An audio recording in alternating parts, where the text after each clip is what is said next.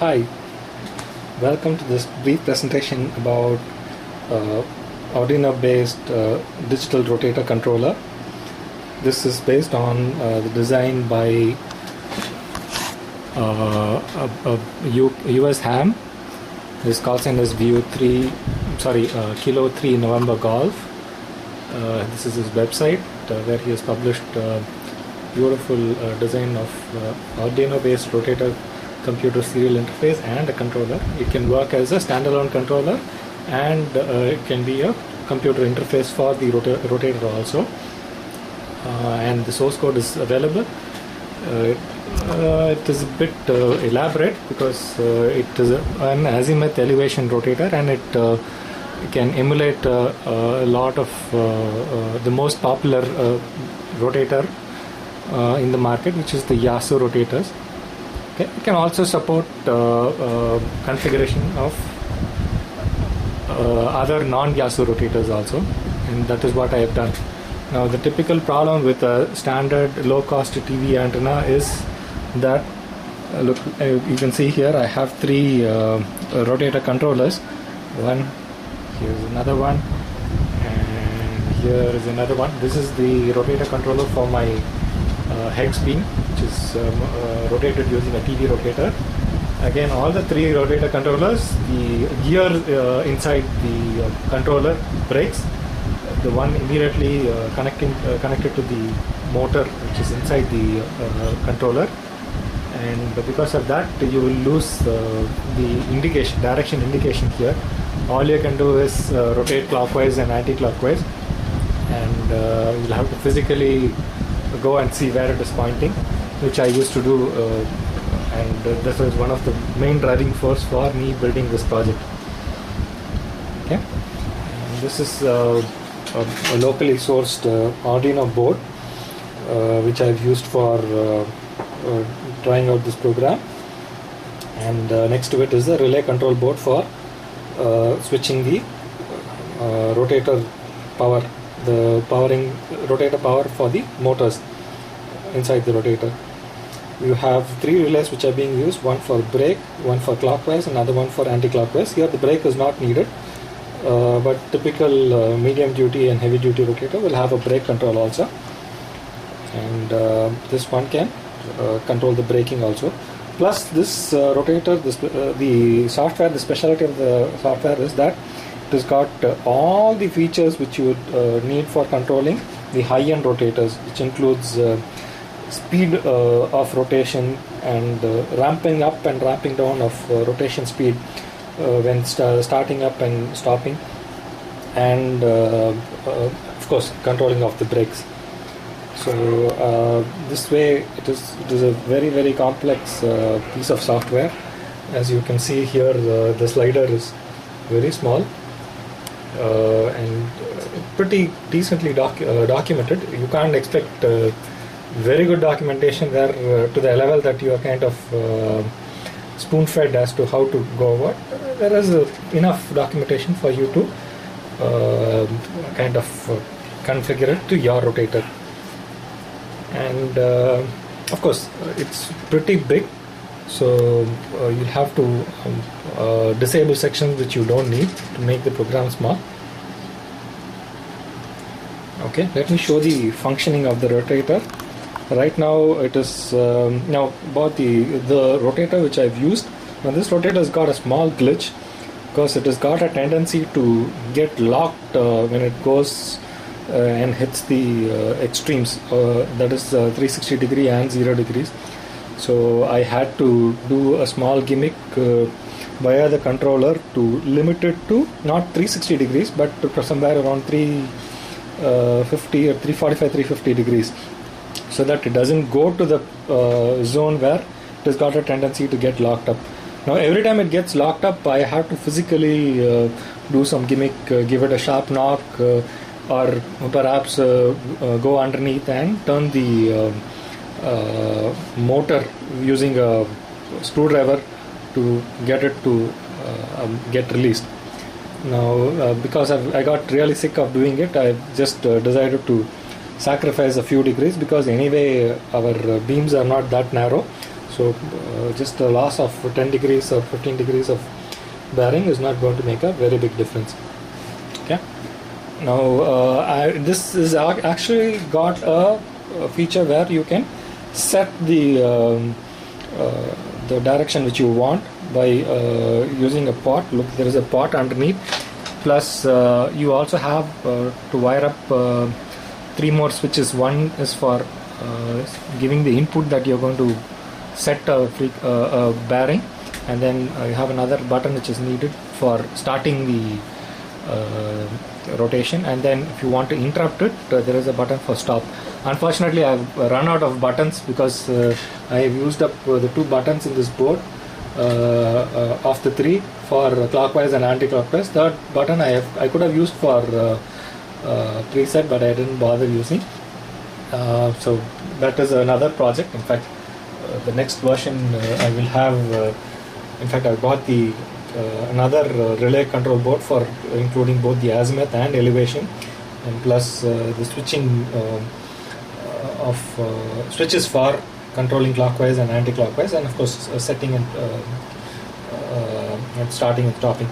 In fact, I had asked the author of the program a question as to why is it that you need a separate button for start and stop, and in fact he told that yes, it is obvious that it is not needed, and he has said that he is going to take that as a feature request for the next version. In fact, I had also asked him whether somebody has built a interface through which the rotator can be controlled using a standard remote control. This Arduino board has got a remote control sensor also, and it comes with a remote control also. So I just asked him. He said no. As of now, nobody is written.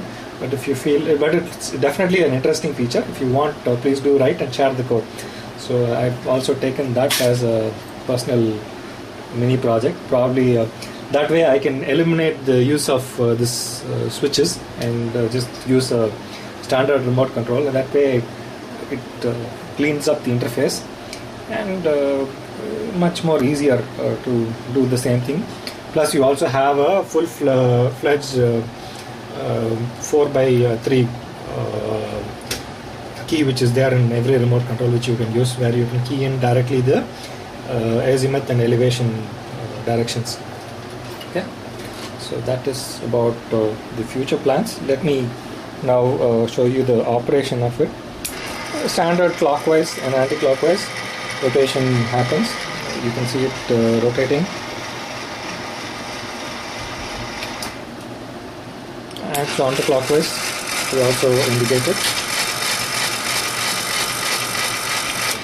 And there is a minor the set direction is also there. You can set a direction and ask the rotator to go there. Now this part is the input to which you give which direction you want the rotator to go. So as of now I have hit the minimum of the pot, which is mapped to 0 degrees, and it is now trying to reach 0 degrees. Okay. 0 degrees is marked by the arrow in the body of the rotator there. So once it hits 0 degrees, it will stop. Look, it stopped. Likewise, you can set any direction and it will start immediately. This is a bit quirky in the absence of the set button and start and stop button, but it just lets me, it just helps me to prove the concept that this one works. 90% of the time you would not be needing this set and stop, because I plan to integrate it into the computer and use HRD to do the control, and if at all I want to set it to a direction, I'll probably use another important input mechanism which is available, which is the ability to set the direction using a rotary encoder, and of course again that also needs to be plugged in. So that is part of the next build of the project. And as I've told you, because of the quirk of this individual rotator, where it's got a tendency to get locked, I have set the limits to about 350 degrees or so, 345, 350. So it will stop well before that, so that it doesn't get locked there. So that way you can personalize the rotator to the nitty-gritties of the personalize the controller to the nitty-gritties and the quirks of your individual rotator. Of course, this calls for a bit of playing around with the settings. Fortunately, the protocol which has been implemented is a standard Yasu GS323 setting. So whatever is there in the protocol is implemented. In fact, I had that set somewhere. 1 minute. In fact, regarding the implementation of this particular model of rotator, a Dutch ham has done a modification to the channel master rotator. In fact, this is what I exactly did. I actually originally tried putting a pot inside and trying to couple it with the shaft with the help of a belt. You can see a lot of belts which I've got here, but that turned out to be a problematic solution because of course the way in which I tried coupling it to the knob of the aluminum knob of the pot, but it never kind of gripped the knob properly, and the fit was never tight. So after a few clockwise and counterclockwise rotations, the bearing used to go off, and this particular ham is found a neat solution where he has used a multi-turn pot and he's directly coupled the pot to the shaft of the rotator. So that way he claims he can achieve a much better degree of control and accuracy of control, whereas I was not able to achieve that because that calls for giving the higher voltage to the multi-turn pot, so that the typical multi-turn pots are available as 10-turn pot. Now only 1 turn is going to be used here, so only 1/10 of the resistance range is going to be available for the program, and 1/10 of the voltage swing which you are giving across the terminals of the pot is available for the software. Now this is the Arduino has got several analog to digital control inputs, two of them are used, one for the Azimuth position and one for the set input. So the resolution is again 10-bit resolution, so of which 1/10 is only available here because you're using a multi-turn pot, a 10-turn pot, so you're only having that much lesser. That can be overcome by giving a higher voltage to the pot, but the risk there is that the AD converters have got a maximum input voltage of 5 volts only, and I'll have to be very careful as to where I'm going to set the pot while I fix the pot inside the rotator. In fact, I can show you that now. This is how the multi-turn pot is mounted directly to the shaft. You can see I've used a shaft coupler which is available in the junk box, and the other I've had to move the standard 3-terminal tag which is there in the channel master out, so that I have space for mounting the pot. Wiring is a bit unclean because it's still in the prototype stage. So what I plan to do is I have got a small Delrin rod which I've cut, probably drill through it and make a very short shaft, so that here if you see the pot is slightly jutting outside the rotator casing. So if I replace that, the pot will be able to be right inside the casing of the rotator as done by the Dutch ham. In fact, you have a lovely picture of how he has implemented. He's got a very low profile coupler, and he has got a different part where he had a metal tab to which he has soldered I-tag. I have used a very similar approach, but unfortunately the part which I had did not have tabs, but I used a big I-tag and found a mechanism where I used two I-tags, like one up and one down, and fixed it to the motor's bolt. I didn't want to drill any extra holes, so I tried to make use of as many holes which are there, the existing holes inside the rotator itself. Never want to destroy the originality, even if it is a bit quirky. See, he has actually mounted it directly to the what do you call, the terminal mounting post itself, but unfortunately the terminal post has got no threads. I think this person has put a bolt in its place. I didn't have the patience to do that, so I did a different solution. And of course, both of them equally work.